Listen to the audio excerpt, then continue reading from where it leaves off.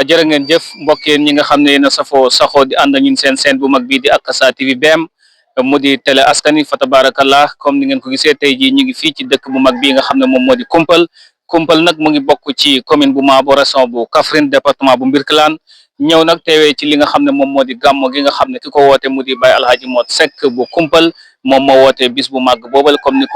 ngi koy màggalee ci àdduna bi yëpp nga xam ne moo di màggal juddub sangu-sang yi muy Sayduna Muhammad sallallahu alayhi wa sallam nga xam ne mooy gën ji mbindeef ci bis bii nga xam ne la ganise woon àdduna moom la ñuy màggal noonu itamit lañ koy màggalee fii ci Kumpal ci ndigalu ki nga xam ne nag moom moo di Baye Alhaji Mot Seck moom moo koy taxawee ànd ci daayira bi nga xam ne ñoom ñooy taxawu bis bi su ko defee incha allahu taala mu di programme bi nga xam ne mu ngi commencé gàmm gi depuis 1983 ci la ko commencé moom Baye Alhaji Mot Seck bu Kumpal waaye nag ginnaaw si gi daal dina am ndigal ci ki nga xam ne moo di Cheikh Alhaji Yaasin nga xam ne moom moo ko jox ndigal muy taxawal bis boobale ci ginnaaw bi nga xamee ne sang bi dëddu na nag dellu na ci ki nga xam ne moo di Cheikh Ahmadou Bamba Yaasin Dial daal di yeesluwaat foofu leen ndigal gi ba tey jii mu di ko taxawee fii nga xam ne moom moo di Kumpal incha allahu taala su ko defee nag noonu rek lay demee nga xam ne door nañu ci li nga xam ne moom moo di jàng alquranul karim wàcc nañ fi ay kaamil yu baree bari fii ci dëkk bi kon su ko defee naka noonu itamit noonee la ñuy ànd ak yéen ci ñi nga xam ne daayira yi nga xam ne ñooy ñëw di siyaar si comme daayira bu Njoral nga xam ne ñooy taxawee bis bi ci wàllu togg yi ak mboolem li nga xam ne aju na ci